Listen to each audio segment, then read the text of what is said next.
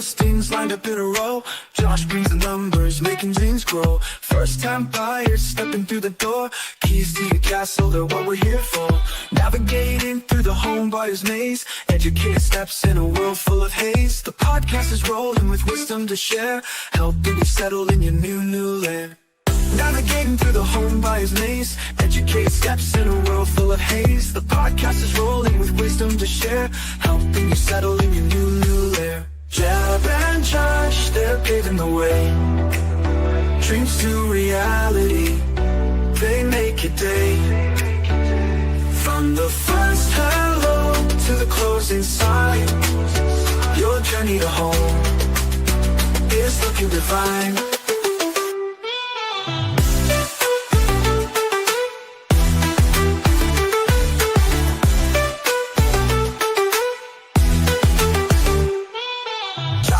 Down, the numbers make sense. Jeb shows a vision beyond the white fence. Teamwork like this is rare to find, helping you leave all your doubts behind. They talk about homes and talk about life, cutting through the stress and the buyer's strife. With every word they light up the spark, guiding you through when the road feels dark. Jeb and Josh, they're paving the way. Dreams to reality, they make it day. From the first hello to the closing sign, your journey to home is looking divine.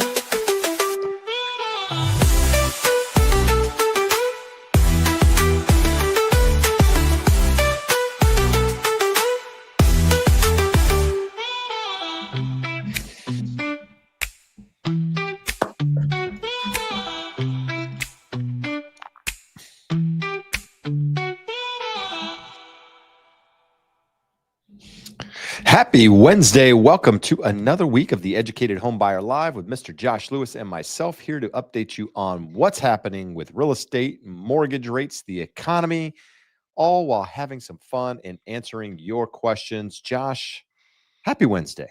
Jeb, if somehow it wasn't a happy Wednesday, as soon as everyone heard that music, it became a happy Wednesday. You know, people just love it. I see heads bobbing. You know, I can't see you at home, but I know heads are bobbing when that comes on. And hey, listen, we feel it. We feel Jose it. 925 cracked the cerveza. I see he's got the mugs punching on the emoji up there. I like it.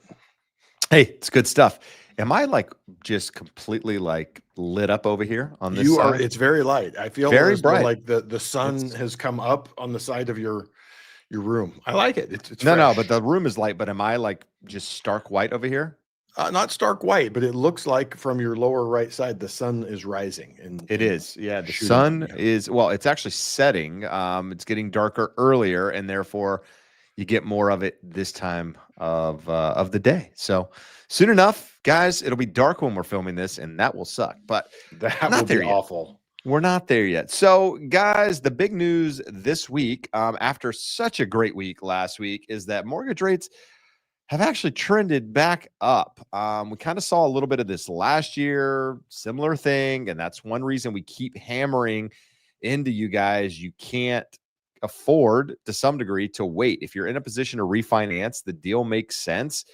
Ring the cash register. Waiting for lower rates oftentimes means waiting longer than you probably thought, because, you know, there's a lot of ideas and theories out there of where rates are headed. And as much as we want to believe them, and the reality is things are volatile. And with that, we're seeing rates move higher, Josh. Yeah, and it's never fun. It's been a very, very big and pervasive theme. I think it's just because of the internet data, things being in your face. People feel like they have some sort of insider knowledge that a Fed cut is coming. We talk here every week about the Fed funds futures market, because that tells us what the market, people who are trading bonds on a daily basis and looking at this, are believing is going to happen. So I don't have any insider knowledge. You don't have any insider knowledge that is not already absorbed by the market. So if you've heard there's going to be a Fed cut, the market has heard everything you've heard and more, and already priced it into the market today. So absent new knowledge and new information driving them lower from here. So I've thrown it in here. So like right now we're at 97% odds, 92% odds, I think, of a cut next month, and then 70 to 73% cut. So like until you see the odds go up to 100% and until you see the odds for the December meeting go up to 85, 90, 95%, you're not going to see rates move lower. And then really at that, we've seen the vast majority of this all priced in. To see rates Sure. move lower, we got to start seeing next year's chart dip, and that's going to require either more negative news or positive news on the inflation front. And I think we're 3 to 4 months away from that, just because that's how long it's take the tariffs to sort of filter through the economy. Good stuff. So we're going to talk about this in more detail. What I would like you guys to do is start putting your questions in the chat. If you have questions about real estate, about rates, about the market in general, start throwing those in. And this tonight, let us know your favorite sports team, your favorite football team. We want to know who you're rooting for in football this season. I'm a Panthers fan. I'm not a bandwagon guy. I'm not my father-in-law just jumps on any team who's winning. I'm a Panthers fan, and it sucks. Well, some quite of the frankly. teams that he roots for losing regularly, though. Well, I mean that's fair, but here I am. We're 1-2. We're not contenders at the moment. So I hope that changes, but we're tried and true over here, fans. So let us know who you're rooting for. Put your questions in, and we'll answer them as we come out of looking at some charts. So, Josh, we always start with inventory. So a couple weeks ago, we actually saw inventory dip, and we thought there could be the potential for inventory to start moving down. Since then, we've seen inventory come back a little bit and then more or less flatlining. So this week we saw national increase of about 2,000 homes for sale, which is not a big increase by any means. But one thing that you're noticing is even though we've seen that small increase, the year-over-year number is contracting a little bit. Now we only have 20% more inventory than we did last year. That's a huge number. Don't get me wrong, but at one point this year we were over 30%. So, 20% still great to see. But as we move through the year, that number is going to continue to consolidate, and it's not going to be quite the spread that you see at the moment. Huntington Beach and Orange County. So Orange County, we actually are sitting at 4,549 homes, which is a decrease week over week of 1.67%. Huntington Beach, we're down to 265. That's a decrease of just less than 1% week over week. The peaks are in for both Orange County and Huntington Beach this year. At this point, inventory is likely going to continue moving down sideways. Best case, but the highs are probably in for this year. New listings, we're still seeing increase, where we were last year, not by any big spreads here. Just going to kind of go through these charts. Weekly pending sales also up compared to last year this time. And interest rates were actually a little bit lower this time than last year. And we actually have more pending sales right now. And it's largely due to that down move that we saw in mortgage rates. A lot of people got off the fence. I put a video out last Friday, which was a little different video than I had normally done in the past because I was walking and talking and just, it wasn't edited. It was just kind of me getting my thoughts out. And, I said in that video, Josh, one thing that I noticed, August was slow. And I thought, hey, listen, maybe this is the trend throughout the rest of the year. I was having buyers get offers accepted. My listings weren't really moving. And then all of a sudden, September hits, all my listings go under contract, and I'm multiple offer situation on every single offer we're putting out. I'm talking, we've got two people from the show right now I'm helping buy. Both of them, one had 13 offers. The other I saw that seller multiple 6. counter. I'm like, no, not again. I don't want that. Yeah, so that's where we're at. A lot of activity out there at the moment, and we're seeing it largely due to that move down in rates. Price reductions, more or less moving sideways, sitting here at 41.5%.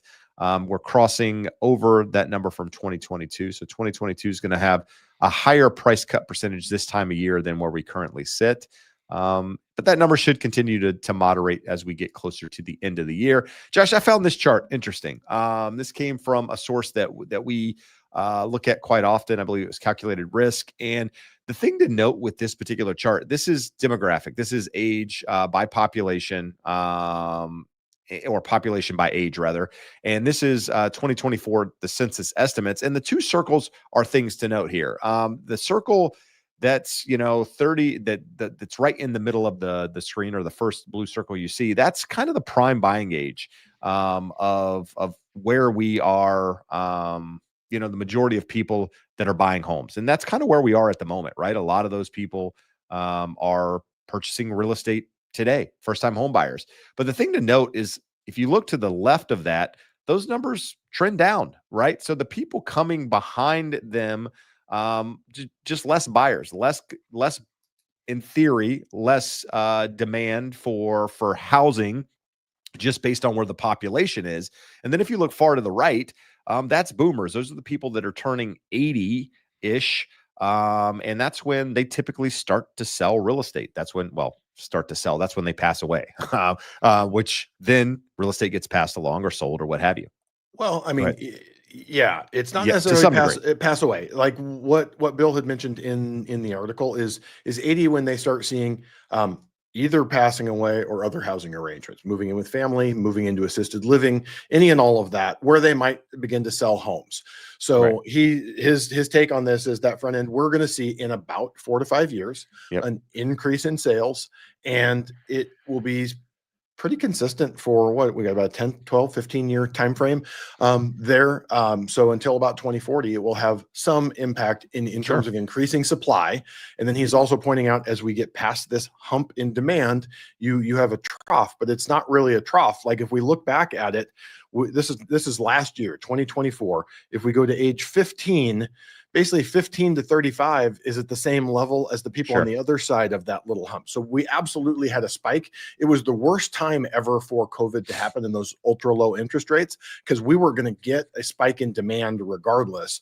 So then we had an additional spike due to the ultra low interest rates, and that pushed home prices even higher. But if you look at that, basically from 46, 47, all the way down to 15, that population size is roughly the same. So you're not going to have an increase. You're not going to have a decrease that's really discernible other than a decrease relative to the last few years. Yeah. But I guess the biggest thing here is that, inventory should start to increase in theory in the next 4 to 5 years because of aging demographic. Again, that's So a small increase to supply, small decrease to demand. So sure. helpful, but not game changer. No, it shouldn't be. Does it have the potential to be potential? I mean, in theory, it could if every one of those properties was sold, but that's probably not going to happen, right? Because it's passed along, people keep them, etc. But we'll move along from that. And this is Zillow's market heat index, basically just kind of showing where the market is at the moment. They believe currently, as of August, that we're kind of in this neutral market, right? Sellers have a slight advantage based on where that is, but more or less buyers and sellers are kind of in the middle with competing.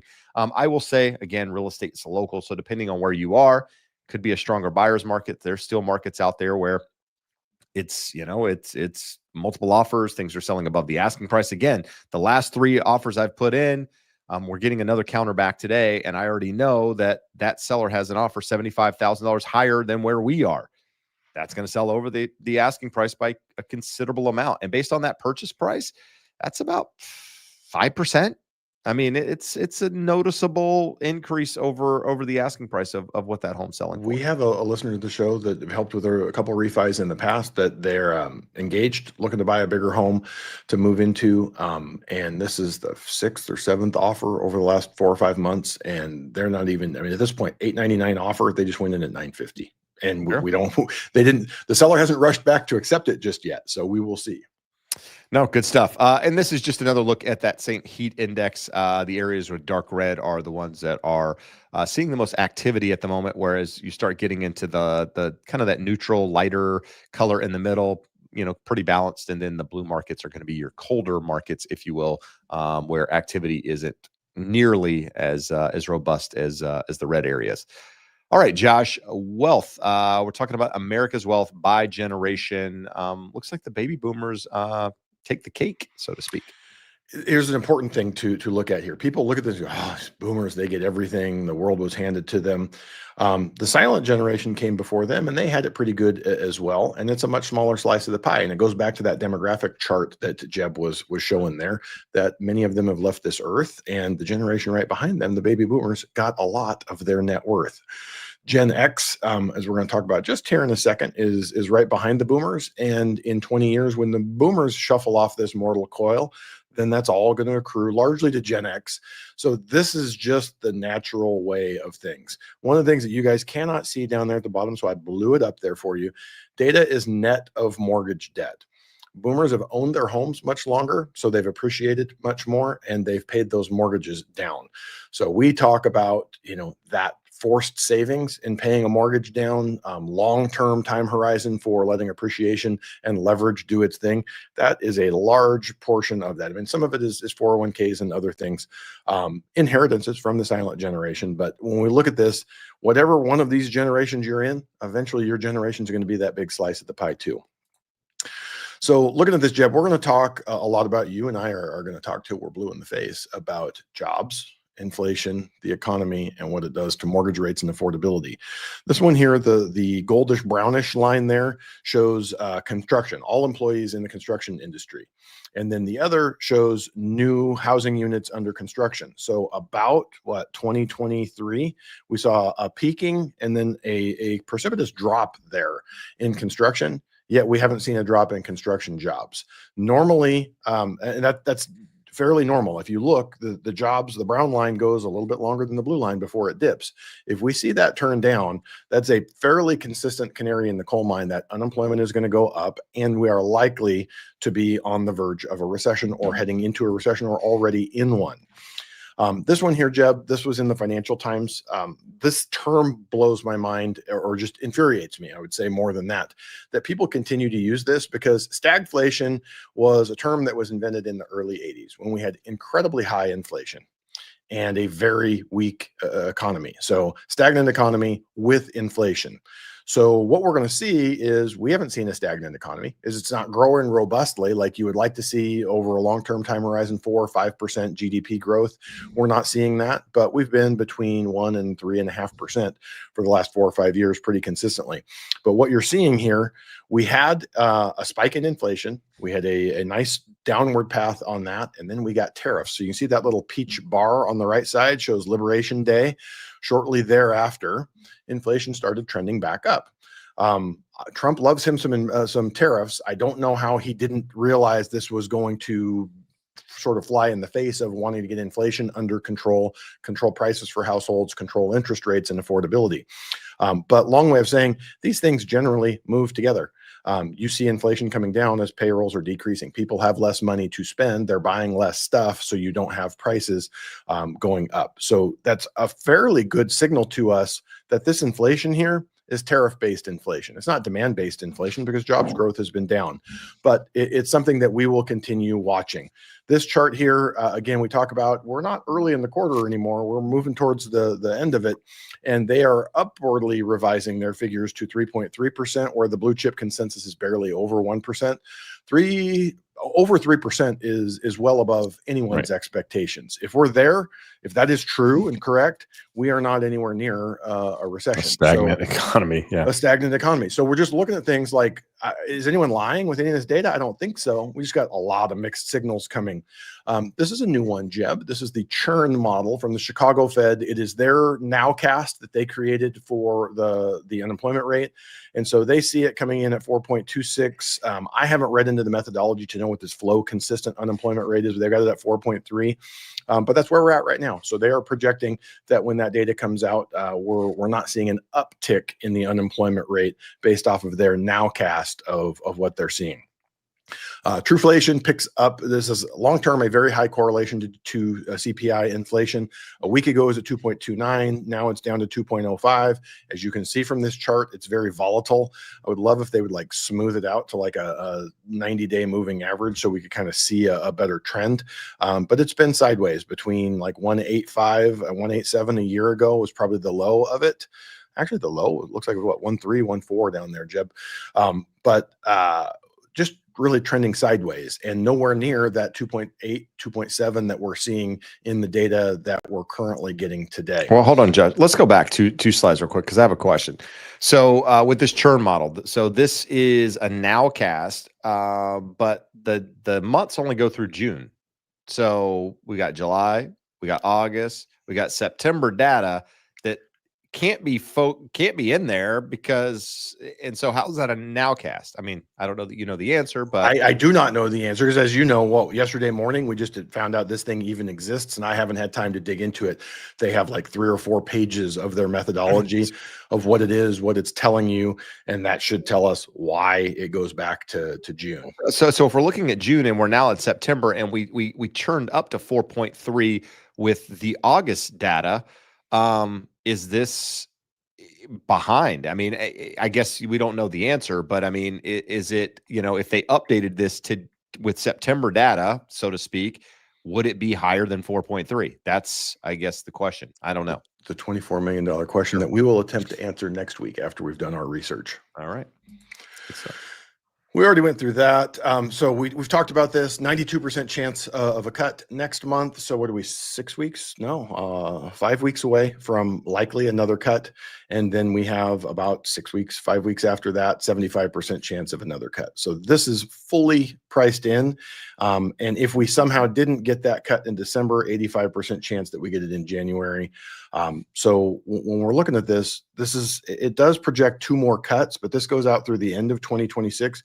2 cuts priced in for next year, not heavily, but that would imply that you see a continued downward trend in interest rates.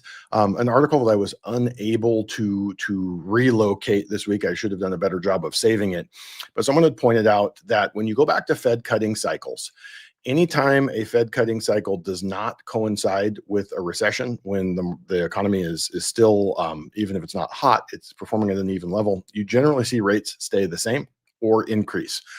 So if we don't have a recession on the horizon, which some of the data that we just showed says it is not coming, then we're likely to see mortgage rates stay in the range where they're at right now. But as they say, time will tell. The chart shows that down channel is still intact, but we broke out of the bottom there, and an uptrend in a longer term trend line from the bottom showing an increasing rate held, and we are moving back up. So when we look at that, the green and the red line there, we haven't been able to get below that green line. If that had held and kind of moved back lower, that would have been positive. If the red line holds and moved back lower, that would be positive. If we give way on that red line, there's a very good chance that we move all the way up to the top greenish trend line there, which would not be good. So important levels that we're looking at there, 4.12, we're already above. 4.19 would be the next important one, and then a few above that. But it's hard to look at that right now and say we should be holding off, because I think the lower rates are coming. You seen anything there, Jeb, that tells you we should be expecting lower rates in the next few days? No. The chart that I sent you this morning of my lines on the 10-year, I drew my own trend lines and what have you. I see an opportunity for the 10-year to move higher. I don't like saying that. I hope that I'm wrong. But this is one of those weeks where we're going to get PCE. PCE is supposed to be higher than it has been previous months. I mean, if it were to come in even higher, while the Fed isn't, I guess, that concerned about inflation so much, because they have an idea of where the market is. They're kind of focusing on employment. I still think that's a negative for the bond market, and you could see rates move higher. So I just, if I were a betting man and I had an interest rate that I needed to lock right now, I would lock it before PCE, because I don't think that it's going to be, I don't think there's a huge benefit to the downside. I think that there's more of a risk to the upside. You got to be careful when people have they read into something. But Powell spoke yesterday, and he said, we have inflation data coming this week. We think headline inflation is going to be running at about 2.7%. Mm-hmm. That would be about 0.1 lower than the market is expecting for tomorrow. So if he had any sort of preview to that data and was tipping his hand there, he could have misspoke. He could have been guesstimating. Sure. It's not so far from the range that he has some monstrously low number. Jeb's right. If you get a hot number, you get 2.8, 2.9 tomorrow, it's going to be problematic. But if you get 2.7, you could see a little bit of relief. I mean, it's not going to cause rates to go a ton lower. But for all the people who were like, Fed cut, I'm going to let it ride for another week or two and let this get lower. Most people are an eighth to a quarter higher than where we were at the time the Fed announced the cut. All right. Moving along. Where are we at with rates, Josh? So if you look at this, up about an eighth week over week. So we got the Fed cut last week. We're up about an eighth of a percent, and we've had what 5 trading days, and I think 3 were up and 2 were down, and it's taken us up about an eighth. Same over the last month, we're down about an eighth. So we were a quarter at the best, but 6.375 again, 25% down, 780 plus is what he's quoting there. If you fall into that category, 6.375 with 0 points is likely, and the FHA and VA, we're still getting most people under 6% on those, unless you have a much lower credit score. All right, good stuff. So, if you are currently under contract, looking for a second quote, interest rate wise, unsure about your lender, starting the pre-approval process, all of those things, the team here can help you out. You can use that link at the description of the video, or the one trolling, the one scrolling the bottom, jebsmith.net/start, and it'll get you in touch with Josh and the team, and they can guide you through that process. We'll also let me connect you with a real estate professional if you need one. Just connected 2 different people in the last couple of days. So for those of you who pay attention to our pretty map there, it's much more red than it was previously. We've had is that a political statement, Josh? It is not a political statement. We can call it pink if it makes you guys happy. The pink states, which include, it would not be a political statement because you see California, Washington, well, New York is blue, but California and Washington are very, very pinkish red there. But the vast majority I shouldn't say by population, but by borrower population, we can cover about 90 to 95% of you that are looking to do something. And if not, we have some very good friends that can help in the other states. So reach out to us. Let's get you connected with someone, because on a daily basis, I get to hear crazy, dumb shit that you guys are told by lenders, and it upsets me. There are not, we've talked about it. It's 80-20. It is harder to find someone that is an expert and knows what they're doing than it is to bump into someone who just talks out their ass. If you think we should include a 3 to 5 minute rant in every weekly live that Josh gets to rant about things that bug him for the previous week, from Wednesday when we quit the show to the following Wednesday, let me know, because we could do a 5-minute thing where Jeb just backs off and Josh gets to rant about all of the things he hears. I think it could be good. I hear it all anyway. I don't need to hear it for a second time. Jeb, but you guys haven't heard it. We have someone here in the comments who I spoke to today, who was speaking to a big national lender who was telling him that they were waiting. They needed to hear back from HUD to see what was possible with their loan. Possibly the most straightforward loan situation I have ever seen. There's no curveballs, no weird stuff, no question marks. But someone told him, I'm waiting to hear back from HUD. Here's the kicker, Jeb. It got better. Said it's just taking a long time because Trump cut their budget. So it's really hard to get answers from HUD right now. All right. Well, this is going to kind of go not hand in hand with that question, but I'm going to let you're going to rant a little bit. Raul says, any advantages with big industry lending leaders versus more smaller, mid-size lending companies, individuals, brokers like yourself, Josh? The best way to get drilled in general is going to one of the large independent mortgage banks. They are known for having the highest cost structure, therefore the highest rates, the highest fees. Paradoxically, they have many really good loan officers. So we talk about it being important to have a good loan officer in a competitive environment. I look at this stuff and see what some of these independent mortgage banks, so we're not talking about like Chase, Wells Fargo. They are generally pretty middle of the road in terms of the terms they're going to offer you. And they have more along the lines of bank teller type loan officers. They're bank employees. You can get them in the branch. You can talk to them 9 to 5, Monday through Friday. I don't know, Jeb, do any of the big banks really have outside loan officers like they used to have 10 years ago? No. Yeah. Everybody's in-house. Yeah. There used to be independent people like me. And it would be good. We would have friendships with them. Well, I mean, are there independent people? Do you know an independent Wells Fargo LO, an independent Chase independent, LO? Like they're out dealing with realtors. Well, you can call them at 6 o'clock. You can get them on Saturday. There are. Okay. There's a handful. There's a couple in Newport. There's some people here locally, but they're not plentiful. So from that perspective, they don't go through the same training and education as an outside person. You'll get average to decent terms.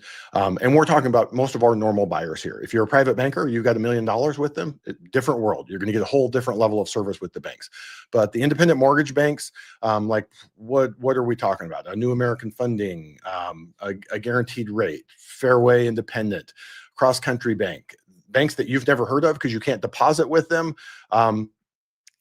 Again, they have The rates are typically terrible. many good loan officers with terrible interest rates. Yeah. So you're wanting to find sort of that Venn diagram, that intersection of a really good, experienced, knowledgeable loan officer that you have a rapport with, that you connect with, that also has access to really good rates. Now, I want to scream this because apparently, Jeb, over the last 3, 4, 5 years of doing this, we've told the people at home that the most important thing is that you make lots of calls and get the absolute rock bottom lowest quote. Because at least once a day, I talk to someone saying, I've made 14 calls. This is the best number I've got. Can you beat this? If you want to approach this like that, you're going to end up on the wrong side of unhappy. But to go back to the question was any advantage to the big ones? The person that you're working with is more important than where they work. And then they need to be able to get you competitive terms. And people in some channels are unable to do that. And they often happen to be the big national leading lenders that you're talking about. All right, Josh. Leonardo is asking, hey, purchasing new construction, let's say it doesn't appraise with a VA loan. What are my options? Builder is stating on initial deposit may be needed up front to cover themselves first. So I don't understand that part. I think I do a little bit. So here's the thing is in order to have a binding contract, you have to put the deposit up front before appraisal's done, before home inspection's done. And I know there are people out there that say, hey, listen, I don't want to deposit my money until I know that this is the house that I want. Your deposit is refundable until contingencies are released, right? And so at least that's the way it works in California and most states that I'm aware of. Per the contract, you have a due diligence period. And until that due diligence period is expire. I mean, not expire until you sign off on that due diligence. Your deposit's not at risk. So in the case that the builder stating that you need to put a deposit up front, that would be accurate. That's typically, if I'm reading your question correctly.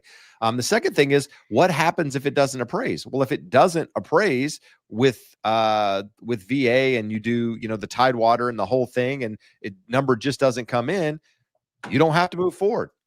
There's a VA amendatory clause that is signed with every VA offer that says, hey, listen, if the property doesn't appraise for the purchase price that you're purchasing that home, you don't have to buy it. And that shouldn't work any differently with new construction. Anything you want to add on that, Josh? Leonardo, if you're still here, which I'm sure you are, tell us is it a big national builder or is it a local builder? The big national builders wouldn't pull this because they know and understand and regularly deal with VA financing. A VA loan is no less likely to appraise than any other type. There are and how the process works and thinks it's some sort of magical unicorn appraisal type that's likely to screw the seller. It is not. It is far and away the most flexible, best appraisal program there is out there. The VA doesn't have their own little silo of appraisers out there. These are appraisers that do all types of appraisals and happen to also accept assignments from the VA. If they want or they don't see the value, they don't get to bring it in low. They have to notify us ahead of time that they're going to bring it in low and do what Jeb referenced to Tidewater. They have to say, hey, Mr. Lender, Mr. and Mrs. Agent, we don't see the value here. Please provide any and all information you have that can lead to us bringing in the value at the sale price. So the difference there is they didn't put their name to a number and we have to go back and say, Mr. Appraiser, Mrs. Appraiser, you're dumb, you're wrong. This is what we think. They're saying, hey, help me. We're all on the same team here. So it just makes for a collaborative process. If that fails and they still come in with a low appraisal, they get taken out of the process entirely. And you do a reconsideration of value with the VA. And that goes to a staff appraiser at the VA who looks at it. And I have had them overrule appraisers. And I've had a friend who said they didn't overrule an appraiser. They looked at it and said, we think the value is accurate, but the veteran wants this home. We will guarantee the loan regardless. So again, the most flexible option there is out there. So it's most likely a smaller local builder who has no idea what they're talking about. All right. Miscellaneous of the whatever has a question that we kind of answered, but just to clarify, I was about to ask how many future rate cuts are already priced in. I guess you answered it. So at the moment, there looks like two more for 2025. Looks like in October and probably again in December. And then as you look into 2026, there's a probability at the moment that there's two. So are all four of them completely priced into the market? I would say no, not with certainty, right? But as becomes a little bit more certain, that's when you'll see, the 10-year or interest rates probably get a little bit ahead of those actual cuts. So you'll see rates come down. You'll see, there's a potential that you see the spread between the 10-year and the 30-year contract a little bit, consolidate a little bit prior to the actual cut, so that when the cut happens, you're not likely to see a big move in rates because it's already built into the market. So we'll continue. I mean, we talk about this weekly, guys, and we'll continue to update you, but it looks like the future does hold more rate cuts. I mean, let's be honest. Last September, Josh, was the last Fed rate cut until this year. Was that right? I don't Or know. was there I don't another remember one? the I exact don't month remember when they either, cut, but but that sounds about right because I was back east in September and that was when everything started going yeah. down. So I don't think they made any more cuts after that. All right. At the beginning of the show, I asked you to put your teams in when it came to NFL, and nobody did it, but one person. And they came in and they said they're a Vikings fan since 1997, for better or worse. Hey, congratulations. If Vikings have had some decent runs here recently, but just can't get to the finish line, man. Yeah, you got a good quarterback now, though. You got a hell of a your punter, he kind of screwed you guys the other night, but hey, whatever. You got another one here. You got a Buffalo Bill. Buffalo again, another strong team recently. Just can't make it happen at the kind of like the was it the 90s, Josh, when they went like 0-3? Was that 3 years in a row? So Rob, those were the worst 3 years of Rob's life.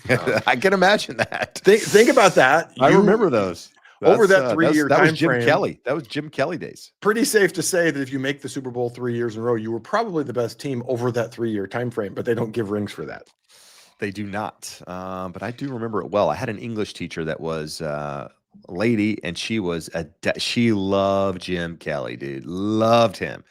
And just defeated every time, dude. Defeated when they didn't win. Anyhow, Marcus thanked us for help and valuable information. Appreciate you being here. Got a question, Josh. Somebody asking what I think about the Compass merger. So we don't really talk a lot about real estate on here, and I'm not going to get into depth on this, but Compass basically acquired Anywhere. Anywhere is a conglomerate, if you will. They're kind of a holding company of a bunch of smaller brokerages, not smaller, but Century 21, Coldwell Banker, Better Homes and Garden. Like a lot of the leading real estate companies have now been. This is not final. This is just it was a stock purchase. It still has to be approved, so on and so forth. So probably not going to even happen until 2026.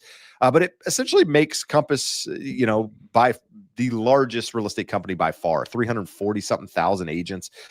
What do I think of it? I think it has the potential to be a really bad deal for the buyer side, the consumer side, if they do decide to go with this whole private listing thing that Compass has wanted to do initially. Because if they do that, you no longer have this central MLS system, the central database of all the listings, right? If it kind of goes the way that they had originally talked about it, which basically means that if you're searching for property, you may have to, if you're not with one of those companies, there may be another site that you have to go to in order to see properties that they don't have under their umbrella, which is going to create somewhat of a nightmare for buyers out there. Wasn't one of the original rallying cries when the internet was growing was that data wants to be free? Whether that's MP3s getting extricated from CDs and thrown out on Napster, to listing data originally was in books like the Yellow Pages that you had to go to your realtor's office and look through, and eventually gets on the internet where you can look at it anywhere. I don't think it's a genie that you can put back in the bottle as much as someone. I mean, if you can control data, it's a competitive advantage to you. So I understand why they would want to. Yeah. But let me ask you this from a different question, same question from a different angle. We just got the question from Raul. Hey, do I go with a big national leader lending leader. What about your realtor? Does it matter who they work for? Do I need someone from Century 21? I mean, many people probably don't know who Real Broker is, Jeb. It's a newer Sure. entry, even though they have scale. We just hit 30,000 agents, so okay. smaller, right? So Compass, assuming that merger goes through, will have 340 something thousand agents, so 10 times the company that I'm with. But obviously they've been around a lot longer, so on and so. I mean, there's a lot of things going into that. But does it matter where your agent works? No. I mean, I was an independent for 10 years. I've been at Remax. I've been at Coldwell Banker. I'm here. Does any of that matter? It matters who your agent is. That's what you're hiring, right? I mean, that agent is the brand. You just need to find skills, all of the things that you would want in an agent, regardless of where they work. So it doesn't matter if they're with Compass, Coldwell Banker, Real Broker, or mom and pop, shop down the street. Just find somebody you're comfortable with, and you feel like, communicates well, does what they're supposed to do, has a track record of doing it. That's what you want to go with. So. And maybe again, just kind of double down on this. We answered that very differently between lender and realtor. Sure. From your perspective, why is it different? Why is it different when you're looking into realtor versus a lender?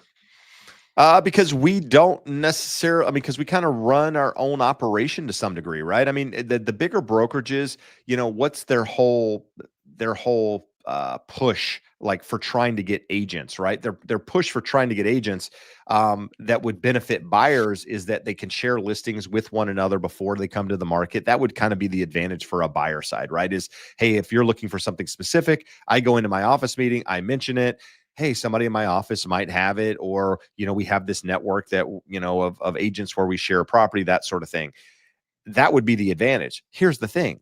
We have the same thing within Real, and I have the same thing with a lot of local agents here, Huntington, where, we all communicate. We're all friends. We're, with different companies, we talk about different things. And so you don't necessarily need to be with a bigger brokerage for that. The other side of the listing side is that, hey, they've got marketing. Hey, they've got all of these special, data and the ability to put your listing in front of, all of these eyeballs. And the reality is we can do that anywhere. Any agent can do that. It's all about money and putting your money out there for exposure. So at the end of the day, you don't need company. You need to find the right person, right? It's all about the right fit for you. And it could be any company, and you could be completely happy. It could be somebody you've heard of a million times. It could be somebody you've never heard of. And I'm not biased in any way, right? There's great agents at every brokerage out there. And I would say the only reason it's different on the lending side is who you work for dictates the products and rates and terms that you have to offer. Sure. Good loan officers in every channel. It's just you might get a great loan officer that can't offer you great rates if you're in the wrong channel. Sure. Yeah, absolutely. Question here from Raul again, just saying, do you need to be a veteran to assume a VA loan? And the answer is no, you do not have to be a veteran. In fact, I have one right now that's assumable loan. My client, her father was a veteran. He passed away. She was able to, take over the mortgage after he passed away, and it's being assumed by a non-veteran at the moment. Here's the thing. Assuming a VA loan, at least with Carrington, who is the mortgage servicer, looking to take somewhere around 90 to 120 days to make this happen. So you need a seller that's patient, and you need a buyer that's patient in order to make this process work. Yeah. You're going to want to stab yourself in the face when you're done, but it's probably worth it for a for a 2.75 rate. I think it's probably worth it. That's what they're getting. Here's a question saying, how many credit checks from applying to the end of having the deeds funded? How many credit checks do you need to do, Josh, for a borrower from the time they pre-approve to the end? Let's look at it from this angle. The credit report is going to be good for 120 days to closing. So when we pull it, we have to close escrow within 120 days. But the credit check, there should not need to be any other credit checks, but they will do undisclosed debt monitoring, which means they're just doing soft pulls in the background. So no hard inquiries on you, but it's definitely going to be looking to make sure you didn't buy a Ferrari, run your credit card up, buy the appliances and furniture for your house before you move in and screw up your debt ratio. Good stuff. Danny says dating the rate is turning into a long-term relationship. Yes, it is. All of those, date the rate, marry the property, date the rate type thing that was happening a couple years ago. Yeah, rates haven't gone down. We've talked so much crap on that phrase, and I wish we were wrong about it, but unfortunately rates have stayed higher. I agree. I'm going to share something here, Jeb, that will give you a chuckle. Friend of the show, Barry Habib. This is a slide from one of his decks saying that marry the home, date the rate works. And to a degree, it has, because we're looking, this goes back to middle of 2023. Rates shoot up. Okay. Those people who bought up at the high, they had a window here, 2 windows, didn't last very long, but 2 windows to refinance. They run up, people buy. An even bigger window last year where they dip. We had a dip earlier this year. We have another dip now. Now, are these monstrously different dips? Like if you had bought up here when the 10-year was at 5 and rates were at 7.5%, 8%, did you get a 4% rate? You absolutely didn't. And that's the problem, is a lot of people were telling people to expect that you were going to get back to some sort of magical COVID era rate, or even a 4.5% or 5% rate sometime soon. So it has worked. People have been able to refi into those dips, but a lot of people have missed because they also know that the Fed's going to cut next month. So they've been waiting.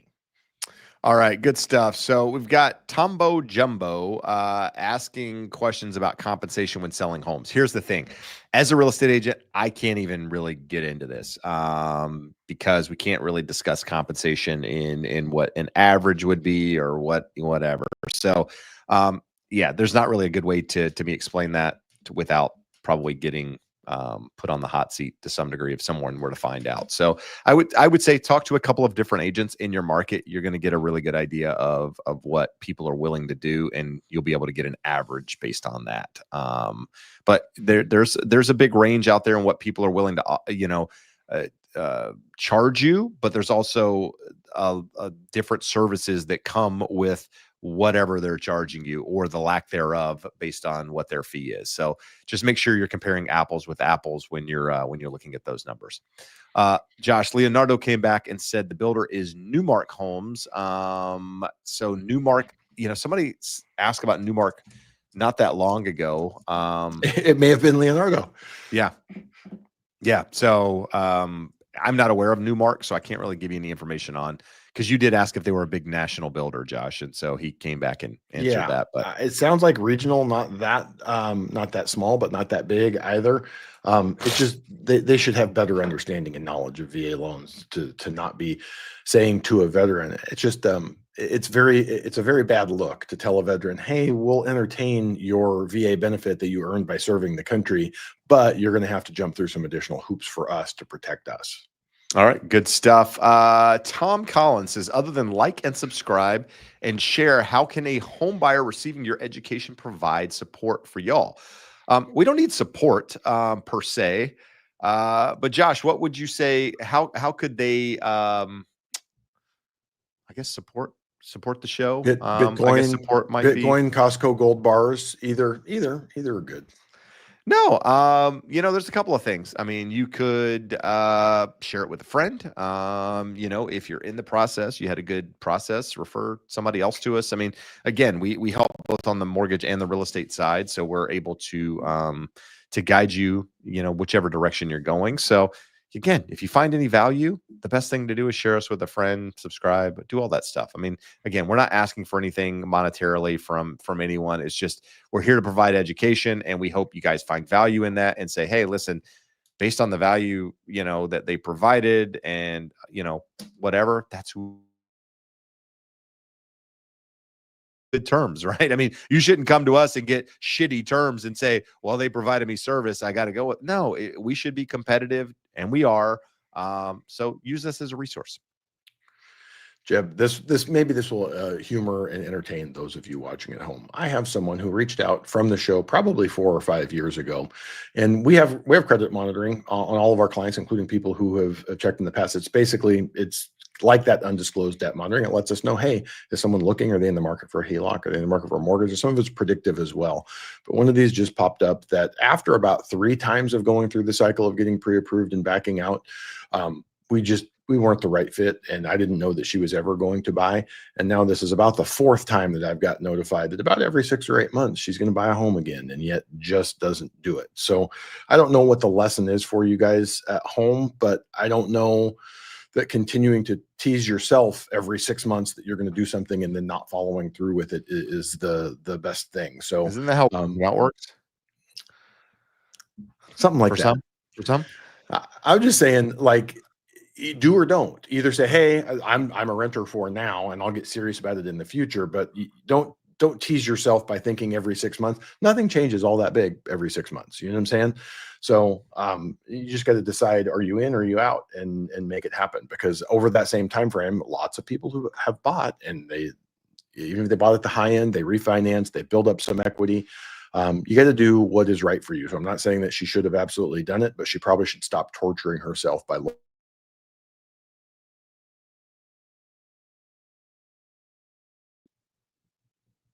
well, we both did. All right, so we got some people in here. 49ers fans, Josh. We got a 49ers fan. No, we don't have a 49er fan. We have the strangest type of 49er fan, Heather in Inglewood, right? The home Listen, of but the not Rams. Since 1990. That just shows the home you of the Rams, rooting and for the Chargers. 49ers and the Chargers, I guess. But yeah. she, loyal since 1990. I can get behind that. Here's the thing is, I'm a Panthers fan, but locally I'll pull for the Chargers just because I kind of feel like I need a local team. But hey, listen, if you ask me who my team is, it's the Panthers. The Chargers should still be in San Diego, happily. They should be, and they've got actually a good team this year. So I'd like to see them do something. That'd be fun. Let's see, what else do we got? I think we're running out of questions. We talked about football. We've answered all of the questions. We've clearly educated all of the home buyers out there in internet land, and they know what they need to know.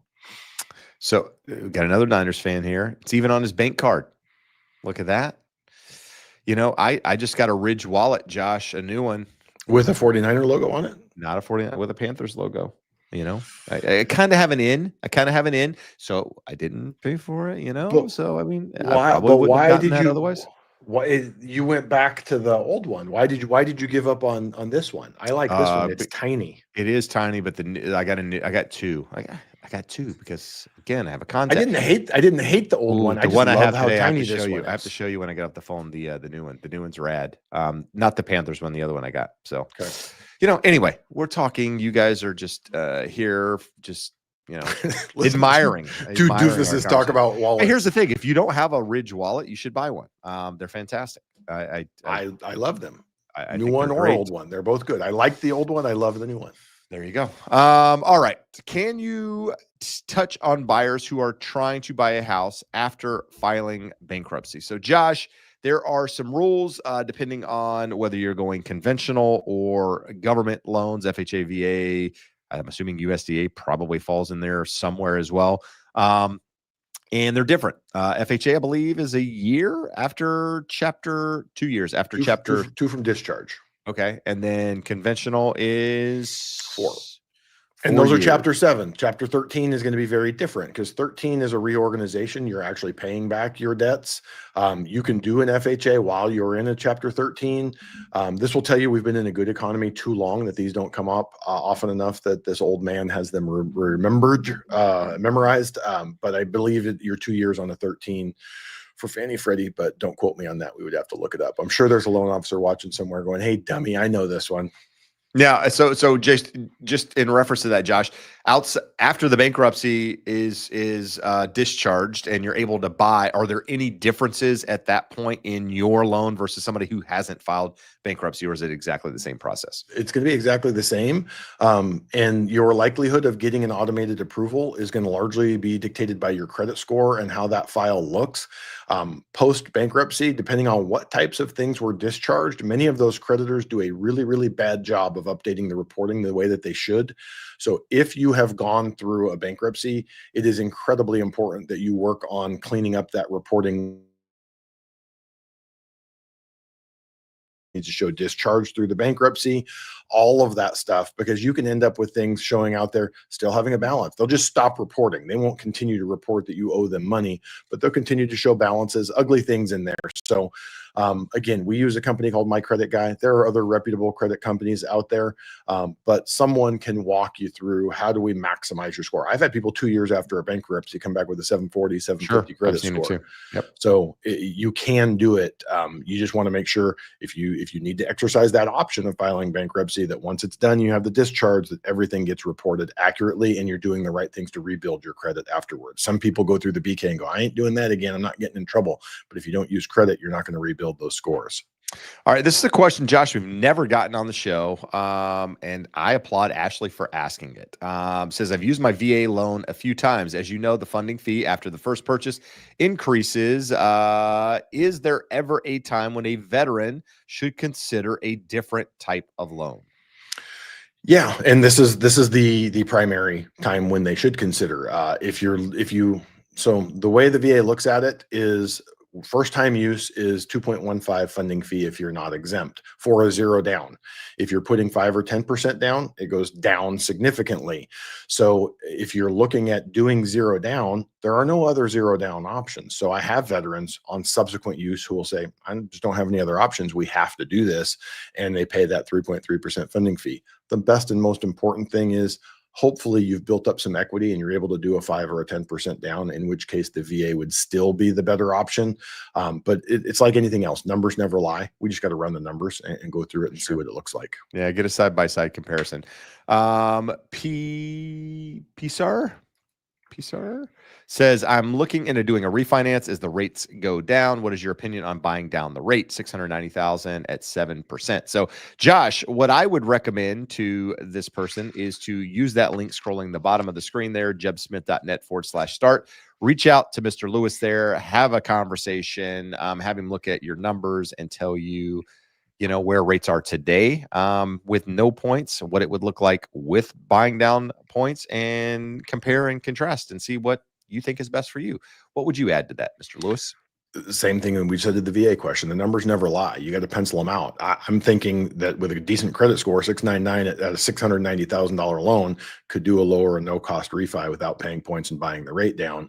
That way you're capturing some of this benefit, get to 6.5, 6.375 without adding a bunch to your loan, and be in a position to do it again if 12, 24, 36 months from now we hit that recession and a 4.75 or a 5.25 becomes available. Wow, 5.25. You said 4.75?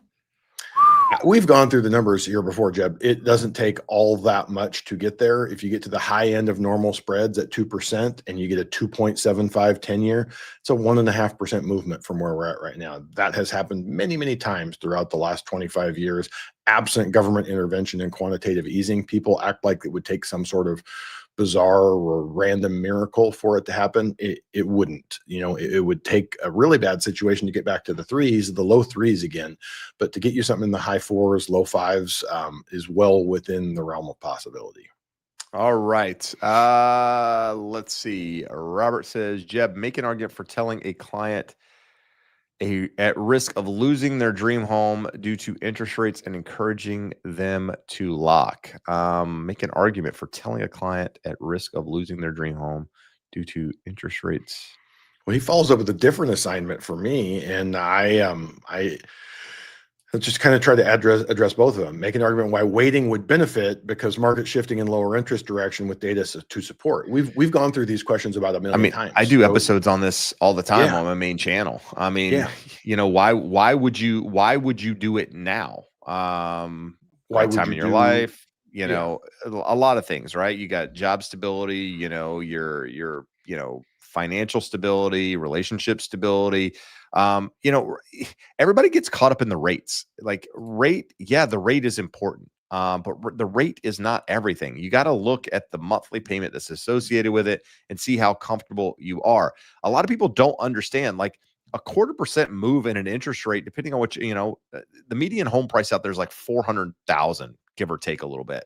A 0.25% move on that is going to be like 100 something bucks. I mean, it's not going to be this major deal that everybody is chalking it up to be. You need a sizable move to have a considerable difference. And the reality is you're probably not going to see that anytime soon. I mean, coming down from 7.25% to 6%, that's been a big move. But you know how long that's taken?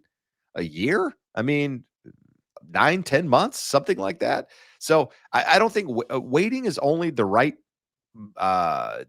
thing. Is if you're just not comfortable, you can't qualify, maybe you're working on your credit, you're working on some things in order to make it happen, that's when waiting makes sense. I don't know. There's even more things worth waiting for than the ones that you just mentioned. I mean, as simple as, hey, I'm going to be getting married, or I don't know what's happening with my relationship. I might be getting divorced. This girl or guy might be bailing out, and my situation's going to change. Where you feel really good about where you're at, but other things. Earlier in the year, I had someone in an industry that was heavily impacted by the possibility of DOGE budget cuts, and they put it off for 3 months. And they're like, okay, coast is clear. We can do this now. There's a million reasons why interest rates should not be the reason why we're waiting, unless you just flat out say, I cannot afford it unless I get to this level. And as Jeb said, we're not talking about the types of payment changes or drops where that should be the deciding factor. No, agreed. So here's the thing, guys. We've been on for an hour. If you found any value, make sure you like and subscribe. Reach out to the team here if you need a real estate agent, want to talk interest rates, need a second quote, jebsmith.net/start. But until next week, buy right, borrow smart, build wealth. Adios. Amigos. See ya.